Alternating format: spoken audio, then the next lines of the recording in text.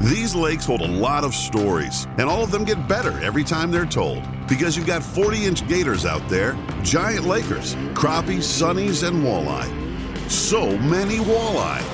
So get ready with the best from clam, otter, vexillar, hummingbird, garmin, 13 fishing, and many more. The Shields Ice Fishing Sale runs now through December 13th, in-store and online at shields.com. The ice is calling.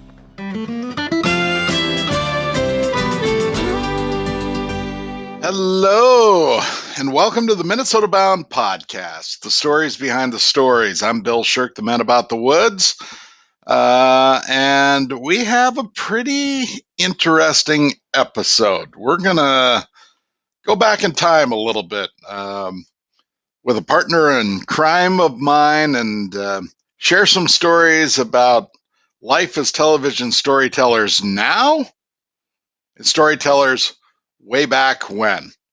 I'll explain in just a second. Of course, the Minnesota Bound podcast is presented each week by Connecticut Water Treatment Systems. You know, my family uses Connecticut, and you should too.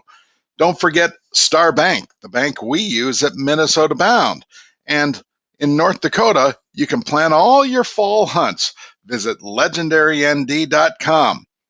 Also, don't forget our good friends at the Minnesota Department of Natural Resources, and of course Shields, with a new store open now in Eden Prairie. Well, storytelling on television is kind of a fun little craft for those of us that do it, and for me it's sort of twofold. It's a partnership. I'm the writer type guy, but that's just newspaper unless you have somebody who can work a camera and do it the right way and edit all the video together, which is why I'm bringing in Eric Andersen today, one of our most tenured photojournalists at Minnesota Bound. Eric, how the heck are you doing? I am doing great. It's nice to chat, Bill. What time were you up this morning out for a walk with the baby? I was out by 6 a.m. I think we're out doing a little stroll. So yeah, early risers here at the house these days. Your life has changed adding one to the family. Yes. It's been a very interesting time. It's actually a ton of fun having a pandemic baby. I recommend it. All right. So since you brought that up, you got to give us details. Because somebody's going to be listening going, what is that guy talking about? Well, I mean, he was born right at the onset of this pandemic stuff we're dealing with, and honestly, I think it changed our life less than anyone else I know, because when you have a baby, that's all you're doing anyways. So it hasn't been that bad. You know, people will say, "Oh, that must be rough," but I think, you know, if you have older kids, probably a little tougher. But for us, it's been just a great time. You know, huddling around the fireplace with the family. Well, and that's what I was going to ask, because the nature of our industry, we are outdoor journalists and we travel. You've been all over the world. Yeah, that's true. But with a baby, how do you juggle the two? That's something I'm learning.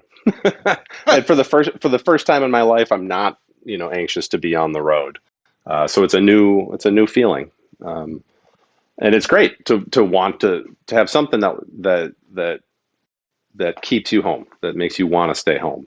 I think that's awesome. So it's been good. And we still have, you know, we got to do what we do. We got to tell stories. So we've been doing it very carefully, but we have been doing some travel here and there where we're able to. So you've been documenting and editing stories at Minnesota Bound for 10 years now, but I want to go back in time a little bit. Oh yeah. Specifically to the fall of 1994. Yes. Do you remember much of that year? Well, let's see. I do. I don't remember by year as well, but yes, I do remember. Up in Duluth, working in television news, getting my feet wet in that world. Yeah, you and me both. Right. You started barely after me, I think, maybe a couple weeks. Is that true? I had something like that. I Yeah. had graduated from college, Hmm. zipped over to Europe Yeah. to spend the summer over there, enjoy the 50th anniversary of D-Day on the beaches of Normandy, which was something else. Hmm. And then I come home and decide I need to get a job. Yeah. And over in Green Bay, I'd been interning as a television reporter, and Steve Goodspeed up in old Duluth at WDIO TV gave me a job. And so I Yeah. show up as a young reporter in my Sears gray suit. And here's this guy who likes to tell stories. Yeah. Yeah, it's interesting. A lot of us news photographer guys, and obviously people listening maybe don't have insight into this world, but this, if you work in television, it's a lot of different strata you might work in. And if you work in news, you're going to, that's a brotherhood. You talk to someone else who's worked in news, whether they're a reporter or a camera guy or even, producer or whatever. That's sort of a bond that you have. It can be a real trial by fire. And interestingly, a lot of us guys who are the shooters get into it because we like movies, we like television. I always just use the shorthand, the motion image. We're into the motion image. So although we're doing news and we're documenting, a lot of us liked movies and we're obviously interested in the language of cinema, edits Mhm. and shots. And so, yeah, we come from that storytelling background. And even when you're documenting something, you're still telling a story. Well, it's funny. I didn't quite understand at that point really what I was doing Yeah. because, true story, I'm in my suit and I find myself crawling under the foundation of this old television station up on the hill in Duluth through the gravel. And you're Yeah. next to me, like with a flashlight. We're under the building going back to find the old film cameras that are boxed up in That's this right. random storage under the building's foundation. Yes, And it's true. and and oddly enough, it was down there that I realized you had a real passion for this stuff because you knew everything about those old cameras, how they worked. It just was Yeah. something else. Yeah, that must have been something I never filmed news with film. I always was shooting in the video era, but though they used to do it with film, 16 millimeter primarily, and that must have been something else because talk about making sure you know when you want to pull the trigger, and then you remember all the days of like hustling back to the station with a tape and trying to get it on the air. Well, what if you have to develop it as well? But yeah, they had a Right? lot of that old stuff under. I mean, WDIO in Duluth was kind of a museum of just northern broadcasting as well. So they had a lot of stuff there. Equipment and employees. Oh, yes, absolutely. Absolutely. My first memory, actually, though, I forgot all about that, but my first memory is maybe the first story we got thrown together on, and that we were looking for, I believe somebody had gone through a river on a snowmobile or Yes. something like that. Yep. Yes. And we were out there filming the search parties. And as can happen in news, we got involved because turned out we had the brightest light of anybody. So if I remember correctly, a lot of the sheriff's deputies and rescue personnel were making use of our big camera light to scan under the ice. That's what I remember, and I don't Yeah. remember I don't even remember how the story all turned out, but I remember working together on that, and then handful of other real key stories that we worked together on. Boy, I haven't thought about that in a long time, but I do remember that story. It was a snowmobiler that had tried to cross Yep. the river, and there were Yeah. just tracks going to a soft spot. Yeah. So we left that lifestyle behind at some point. We both kind of went our separate directions, climbed Yeah. the television ladder, bouncing through stations. But the stories we were telling weren't necessarily that great. It was pretty awful stuff day in and day out. So we find ourselves transitioning to outdoor television, Yeah. where when you show up with a camera, people are so happy to see you. Well, you and I worked in news long enough to remember when they were still happy to see you. If you were the news guy and they're like, hey, the news is here. And then through the years, because I left news 97 or so, 97, 98. I left news for a good stretch and did other freelance stuff, worked in the video game industry, worked um, for a variety of different stuff. Then bounced back to news because I missed it. And still sometimes miss it, even the rough stuff.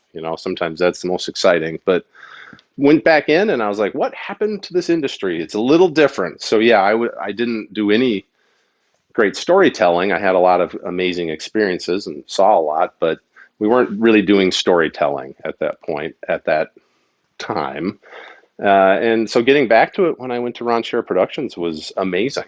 I didn't realize how much I missed that part of it. And yes, being able to show up with a camera and do a lot of the same stuff that you do in news, where you're meeting brand new people in, Lord knows where you might be on any given day. But yes, it's much different when they're inviting you in and you're telling their story, and that level of storytelling that we do at Ron Shore Productions at Minnesota Bound is awesome. It's the creme de la creme of doing television, I think. So I would argue that you and I really connected after the Tater shoot. Yeah. That story sort of defines what I want to do in this world. Well, that was the first Tater. one that excited you, but I think the first one, and some of these are ones where we go out together and do the story, and then sometimes I, for whatever reason, producer, reporter can't come along, and I get sent out to do it. And we have had great success with both, whether we're there together or however. And I feel like Jerry Havel's Grouse Camp. Yeah, that's right. Kevin Burke, blues singer, also put on a mighty fine table there as the cook. That was the first one where I was getting my head wrapped around the storytelling again. I was like, okay, all right, this is interesting. There's a lot of layers here, and I thought when I brought it back and you wrote what you wrote, that's where I remember the partnership starting. And then when we did the kayak fishing story and Tater and everything, that's when I thought we lit it up a little bit. That was a good story. Yeah, Kevin Burt. So you go to grouse camp. It's a grouse camp. It's cabin. Yeah. It's guys smoking cigars and drinking whiskey and talking cool about their dogs. And here's this guy who prepares meals in camp. He had kind of hired on as a part-time chef / dishwasher / jack of all trades. And after dinner, it's funny.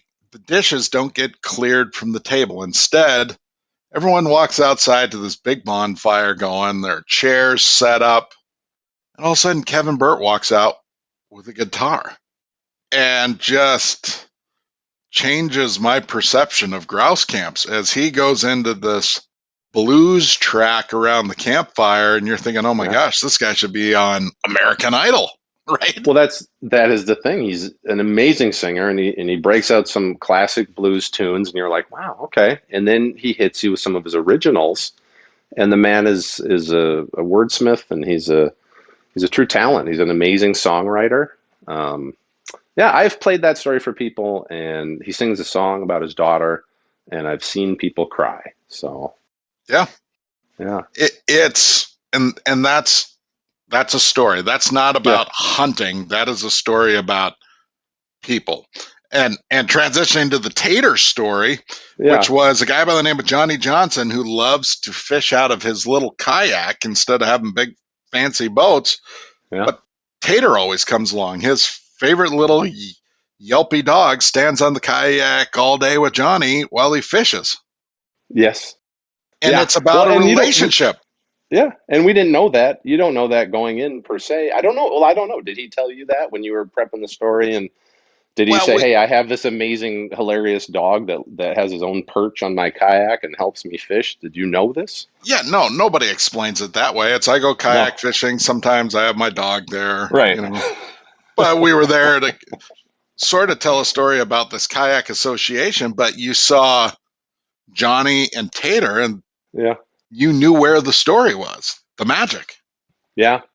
Yeah. Well, that's the thing. And a lot of us guys that do this storytelling stuff, and if you have a background in news, you learn when to be present and for people to know that you're the camera guy there. Say you're at some big protest or whatever, you're front and center and you're visible, but then you got to learn how to blend in to the background or just put people at ease. And then sometimes it doesn't matter how good you are at that stuff, that you meet someone like Johnny and his dog Tater, and you're just off to the races. Like, I feel like I had to keep up to just keep catching all the fun little moments and stuff. So yeah, that was amazing. I have to go back real quick Yep. because we were talking about the story up at Jerry Havel's camp and about Kevin Burt, and that was one of my first stories I shot at Minnesota Bound. But I shot two stories that weekend, and you kind of produced them and said, all right, well, here's what's going to happen. There's the Minnesota Governor's Hunt. It's in southern Minnesota. And then you're gonna bop up a little bit north to this cabin. I didn't say that. I didn't know what I was in for because I wrap up the shoot with the governor's pheasant hunt. I'm like, I got to get up to, where am I going? And I kind of look at the Hudson, I think still at the time, the Hudson map book. And I'm like, oh my, 8 hours later, I'm peeling through the woods of northern Minnesota in the dark and going, what have I gotten myself into? I'm not sure I'm up for this. And then I met Jerry Havel, and then I met Kevin, and then I had just the greatest weekend there. And I thought, I think I found my new home. This I can do. Said, yes, we can do this. Yes. I do kind of remember that, sitting in camp, and they were all wondering where the photojournalist was, and I just kind of played dumb, like, I don't know. I was on the road. I was putting the miles in, yeah, which we do a lot of. Yeah, we do a lot of. You've been all over the place. That is one exciting part of this job. We produce local television, but we produce some national programs as well. And you've had the opportunity to literally travel all over the place. Do you have favorites? Well, yeah, I mean, there's stuff that jumps out for sure. I was fortunate enough in 2004 to go actually on a personal project. We went to go kind of shoot a documentary and just sort of for the adventure of it. But we went to the Arctic via Norway. So we made it to Oslo, and then from there to was it Longyearbyen and up to the peninsula of Svalbard, or the islands of Svalbard, in particular Spitsbergen. We were on a Russian ice cutter. It was the summertime, so the sun never went down, and we got within, I think, 100 miles, 150 miles of the North Pole. But we just cruised along this island called Spitsbergen, and we did a lot of scuba diving. There was a crew of us from Minnesota who are, well, we're all pretty good at cold water diving. There was some folks from England and Switzerland, and we put together a little team and had a guide from Australia and another guide from France. We did a series of dives up in the Arctic. So pretty memorable. And we shot a lot of footage and put together just a mini little documentary on our own. And so that's memorable. Went to Alaska with Ron on some fishing not too long ago. Up to the mountains of Mazatlan, outside of Mazatlan with Ron. Zion, Utah, Destination Polaris. Yeah, a lot of them jump out. So what's it like to travel and have a bunch of television gear in tow? Yeah. Is that easy? I mean, do you have that down to a science? Is it a pain? Yeah, you get it down to a science, but it is a pain. It's changed a lot over the years, and it really depends on what kind of productions you're doing, whether you're sending more gear than people, or like what we do, which is a little bit smaller, but still, I've been in the business long enough to see it go from where you had one camera.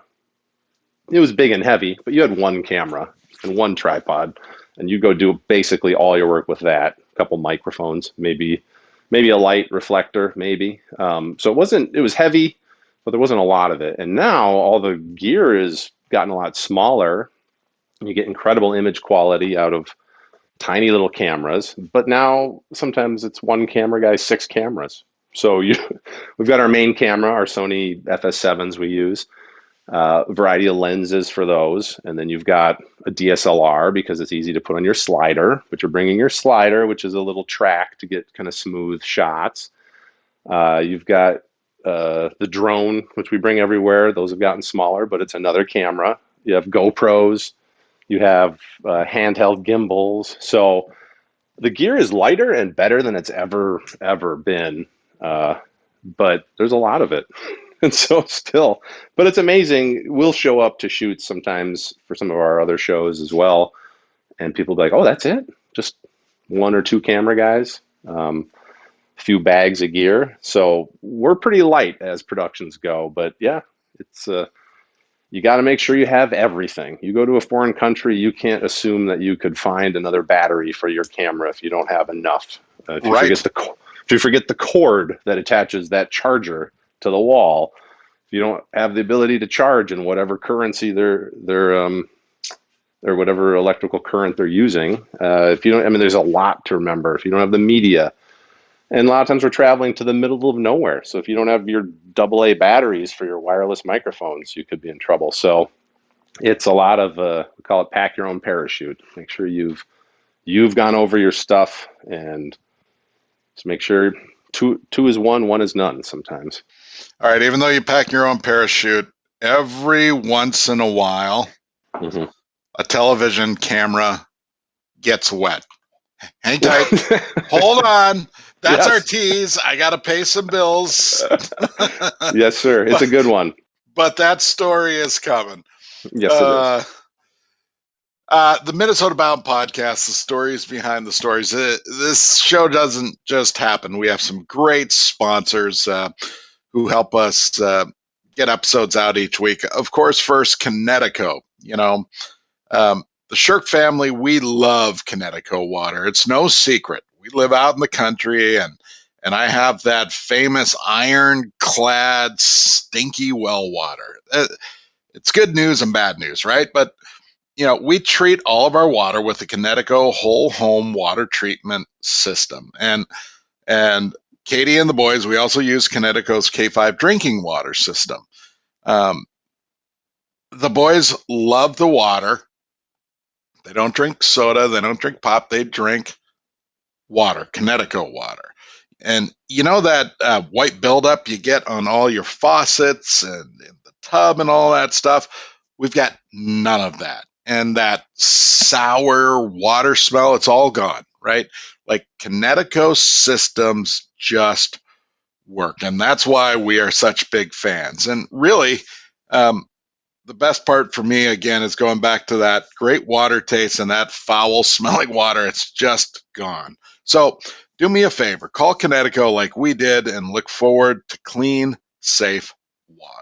Also, I need to give a big thanks to our good friends at Star Bank. Hi there, Ron Shera here for Star Bank. If you're putting your money into mega banks down the street, who knows where that money's being used? Bank locally. Keep your money local with a community bank that actually cares about you, your family, your business, and your goals. Check out the bank we use at Minnesota Bound. Try Minnesota's own Star Bank. You can find them online at starbank.net. When you call Star Bank, you actually hear a real living person answering the phone. Star Bank has 10 convenient locations around Minnesota to serve you and all the mobile banking products that you need to manage your money. Check out all that Star Bank has to offer at starbank.net. I also want you to consider a trip. I want you to try and visit North Dakota. Just be prepared to bag your limit if you go there to hunt. You know, North Dakota is one of the very best spots in the country to hunt ringneck pheasants. In fact, the state this year reported that crowing counts are up 15%. And once the hunting season got underway, hunters were talking about the proof. Lots of bag limits. Also, don't forget the North Dakota Central region is prime habitat for hunting waterfowl. North Dakota, like I say, it's where people are friendly and the hunting is better than good. Visit legendarynd.com to plan your trip. And of course, don't forget about the Minnesota Department of Natural Resources. I want to talk about Minnesota's wildlife management areas are a vast array of lands across all of Minnesota. And these 1,440 Minnesota wildlife management areas are valued for not only wildlife, but Minnesota's outdoor recreation opportunities. For those of you that don't know, the Minnesota DNR maintains hunter walking trails. They plant food plots for wildlife and develop acres and acres of prairie and grasslands. To find out more about Minnesota's wildlife management areas, go to www.mndnr.gov/WMAS. Okay, now that that's taken care of, I want to get back to today's fireside chat with Minnesota Bound photojournalist Eric Andersen. We've been working together a long time, and in this industry, if you do it long enough, things are bound to happen, both good and bad. We've got all this high-tech gear. We're out in the woods, in the bush, we're on the water, and things just happen.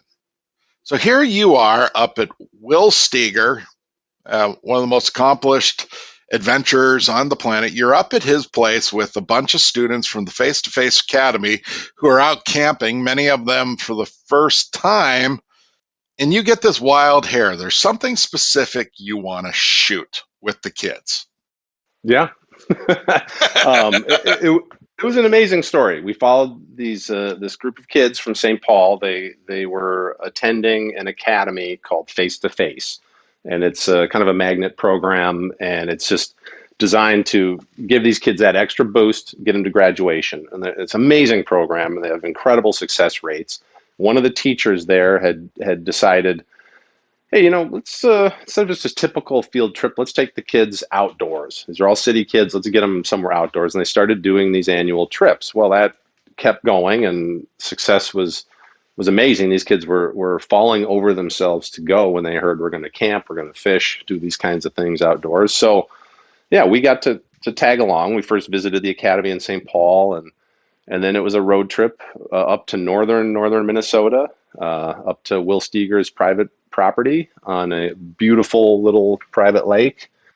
And the kids put in a ton of work helping him with his property.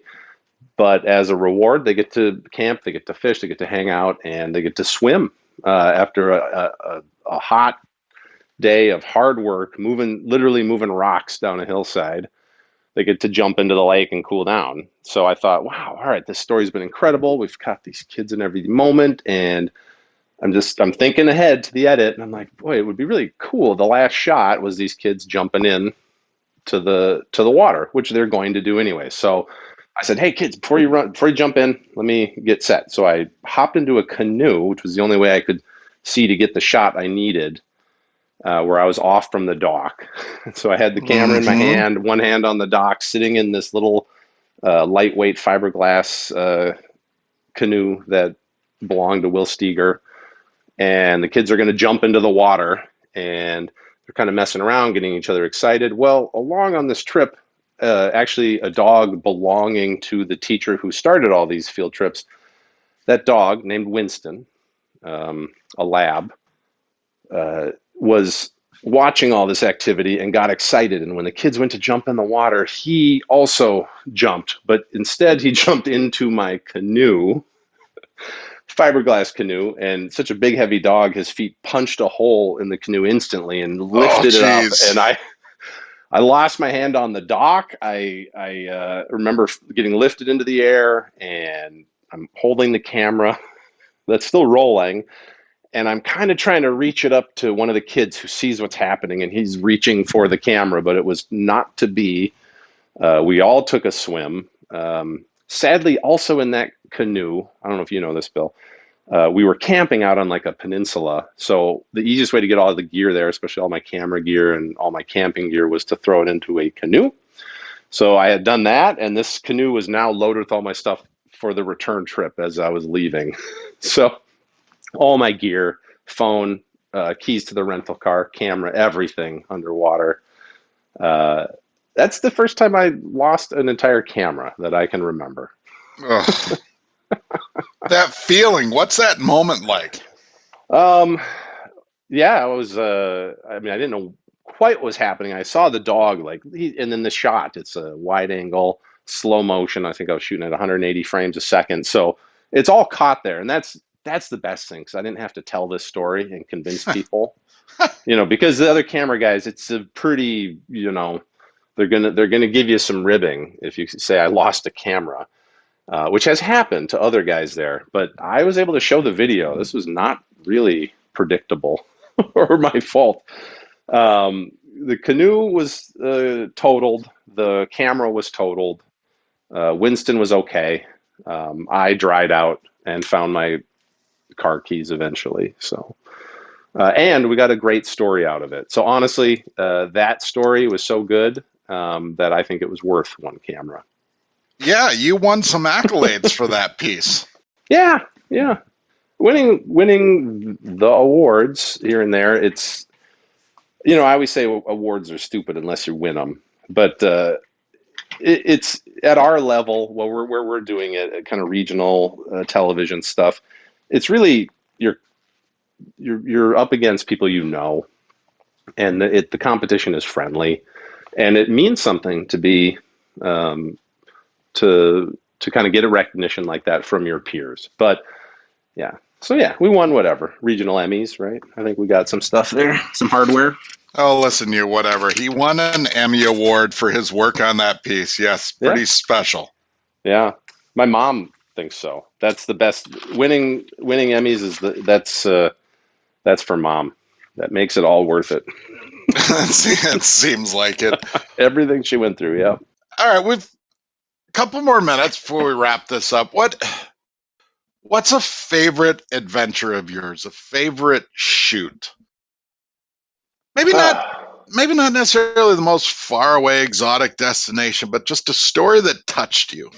It's interesting when you ask a camera guy that kind of a question, because depending on the career they have, you might just get brain lock thinking. Mm-hmm. I mean, you're going to come up with like whatever the most recent in some ways. Like we just had a ball recently, you and I, in Pipestone, yes, Minnesota, visiting the storied Calumet Hotel, a purportedly haunted hotel from, I don't know, turn of the century or pretty early in the 1900s. 1800s. Yeah, a long history there. And we met some ghost hunters who happened to be there.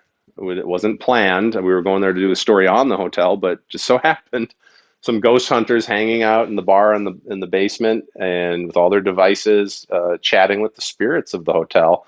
And we got to tag along, and that's going to be memorable. It's hard to say favorites, when you love the storytelling, you take it serious and you put your heart and your soul into it. These stories are your children sometimes, and it's hard to say a favorite. It is. And honestly, I have to ask, how many stories like this have you shot? I don't know. I know I must have shot thousands and thousands of interviews in my career so far, just between news and doing what we do and documentary and all the other.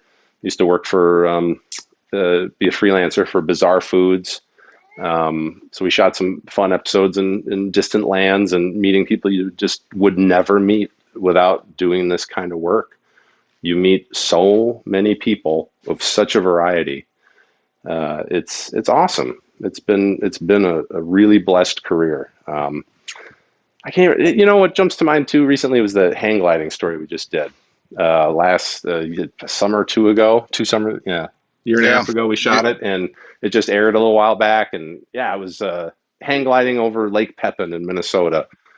Awesome, cool people, amazing things to see. Yeah. Well, I was going to say you undersold that one a little bit. It's hang gliding, but you start on the back of a boat with a rope tied to the hang glider. Yeah. Specifically 6,100 feet of line. Yeah. The boat starts driving down Lake Pepin. Yeah. They start winching you out, and you go a mile up into the sky. Yeah. They cut the rope, and then you fly with the eagles. Yeah, literally. You soar with the eagles. Yeah. And that's, one thing, you're always trying to capture those moments as a camera guy, and it's very hard. Even if you're living the moment and seeing it. And you're like, oh my God, look at this, what we're seeing. Translating that to the two-dimensional image is different and difficult. And trying to get eagles, like the shot, you think you're going to get a shot of an eagle near a hang glider? Well, somehow we did. They were all over the place, and you ride the updrafts from the bluffs and soar with the eagles. It's a good story. Yeah, good writing in that one too, Bill. So if somebody wants your job, yeah, don't you dare say you can have it. What's your advice to young aspiring shooters, people who want to make a career with a camera? What do you tell them? Well, isn't it different these days? I mean, I grew up, and the first obstacle to even beginning that was getting your hands on a camera. Growing up in the 70s, 80s, 80s, mostly coming of age in the 80s, there were not video cameras sitting in everyone's pocket, and there is now. But it really lays bare the kind of core important parts of what we do. Now that anyone almost can take great imagery, like beautiful imagery with literally an iPhone, you can start storytelling from that device in your pocket. But it lays bare that you need something more than just pretty pictures. And I used to balk at this a little bit, but it does go back to storytelling. Even if you're doing something documentary, if you're doing something non-linear and extremely artistic, and you're still doing storytelling. So the more you think about why do you love movies and TV shows, if in fact that's what's bringing you to this field, what do you love about them? What is the story there, and how do you tell a story? Because you can be a great photographer or editor, but without that story hook, people don't connect with what you make. It's emotion. So, yeah, it is emotion. Happiness, sadness, surprise, fear. Mm-hmm. Well, everyone responds to stories. And I tell you, going back to my new role as a father, you can already see it. Even before language comes in, there's stories happening. And my baby sits in his little playpen and works out narratives and stories, and can't read yet, but still is wants to flip through those pages of the book and stuff. So it's just in us as humans. Storytelling is the key. Well, you are darn good at it, and we are lucky to have you. So thanks for all your work, and I guess we're getting back on the road in a couple of weeks here, so can't wait. Yeah, everyone be safe out there. We tough it out, and we'll be back to spreading our wings before we know it. You know, if you'd like to check out some of Eric's very best work, you should check out Minnesota Bound. We've got a photojournalist special.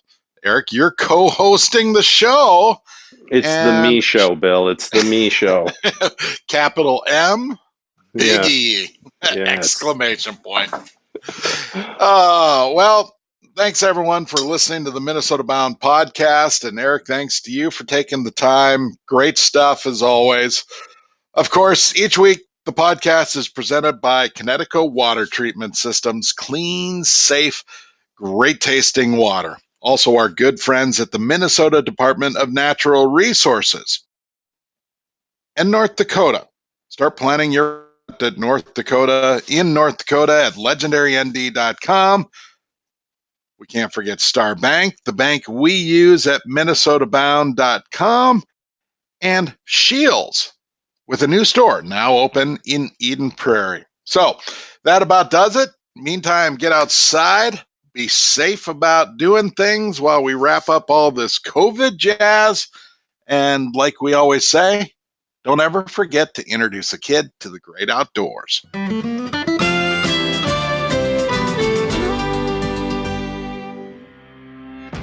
These lakes hold a lot of stories, and all of them get better every time they're told. Because you've got 40-inch gators out there, giant lakers, crappies, sunnies, and walleye. So many walleye. So get ready with the best from clam, otter, Vexilar, hummingbird, garmin, 13 fishing, and many more. The Shields Ice Fishing Sale runs now through December 13th, in-store and online at shields.com. The ice is calling.